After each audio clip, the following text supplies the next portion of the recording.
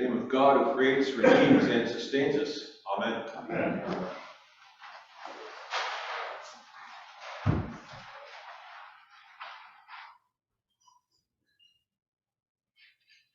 There are a few key times in the New Testament when we hear variations on a phrase. We've heard two of them this morning. In the reading from 2 Peter, the author writes, "Be attentive." On the mountain, God says to Peter, James, and John, "Listen to him." This is such a key part of understanding that today, to this day, in Orthodox churches, the priest will always precede the reading of the gospel by chanting, "Let us attend." I find that to attend it's sometimes helpful to understand the whole picture. Peter, James, and John are among those who have left everything they know to follow Jesus.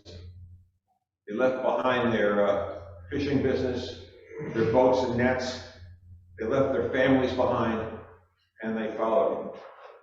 They are convinced he is the one. But what's very clear, as we encounter it over and over again, is, but the one to do what? Popular opinion in those days that the Messiah's job was to liberate Israel and Judea from the Roman yoke, to reestablish the kingdom of David, perhaps. And what exactly is Jesus going to do? Then, just before coming to the mountaintop, Jesus tells them what to expect. He will be killed, and then do something called rising again on the third day. Now, this is contrary to anything they were told the Messiah was supposed to be. So imagine the doubt they must have experienced. Have we left Capernaum for no good reason? Are we backing the wrong guy? If he is the wrong guy, what's going to happen to us? And so, a few days later, they go up on a mountaintop with Jesus. And what they see and what they hear God say is, this is it. He's the real deal. Once you've heard that kind of mountaintop experience, you don't forget it. Even if you still have moments of weakness and when you question what it is you're doing or what he's doing, you remember. Now, mountaintop experiences still happen. They may be harder to discern with all the distractions that we have to deal with these days, but they still happen. We have not heard God's voice as loudly as Peter, James, and John, who had Jesus right in front of them at the time, but we have heard it too. Each of us has had a time when we have been in the presence of God. Maybe at the top of your mind you just can't quite think of that time, but it's happened to everybody. I have felt God on the Isle of Iona as the sky and the sea intermingle and as high crosses cast a shadow. I have felt God's presence at Wadi Kelt in the Judean desert at dawn as we celebrated the Holy Eucharist. I felt the Spirit in the laying on of hands when I was ordained.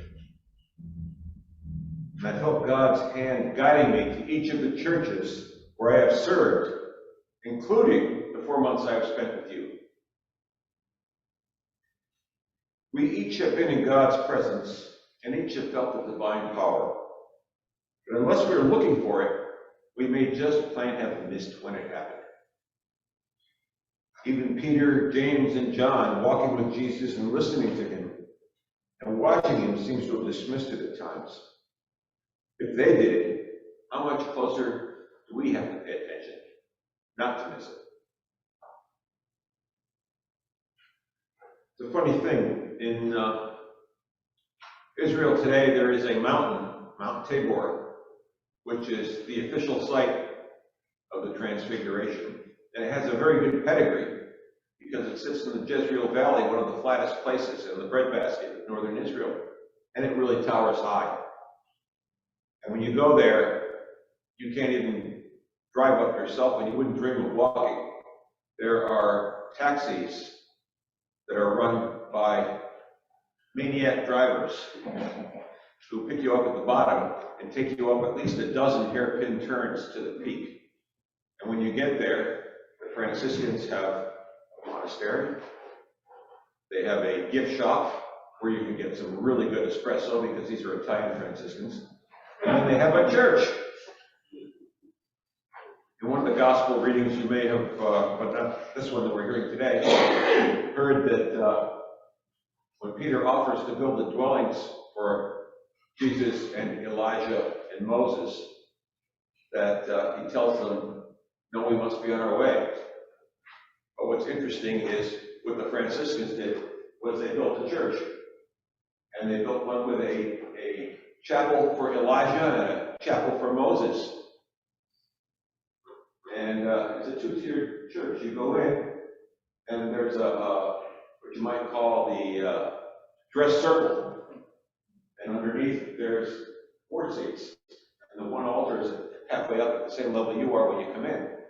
And I don't know what the significance of that is, but I did have to laugh when I saw the booth from Elijah and the booth for Moses, and of course the whole church being the booth for Jesus.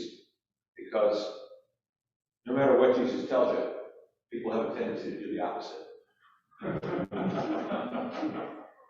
But here we are about to enter the Lenten season, and I suggest that we make a vow to pay more attention.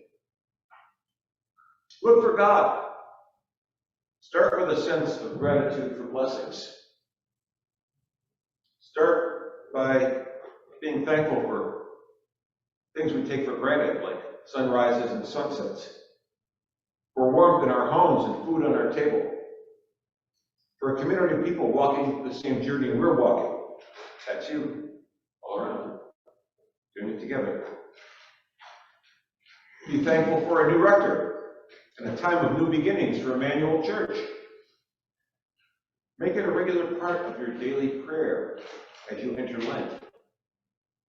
And maybe by the time Lent is over and Easter begins, it's become kind of a habit, and you keep doing it. That would be a good thing.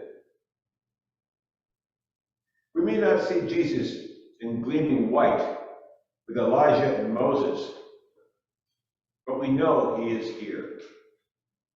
He is with us, for he is Emmanuel.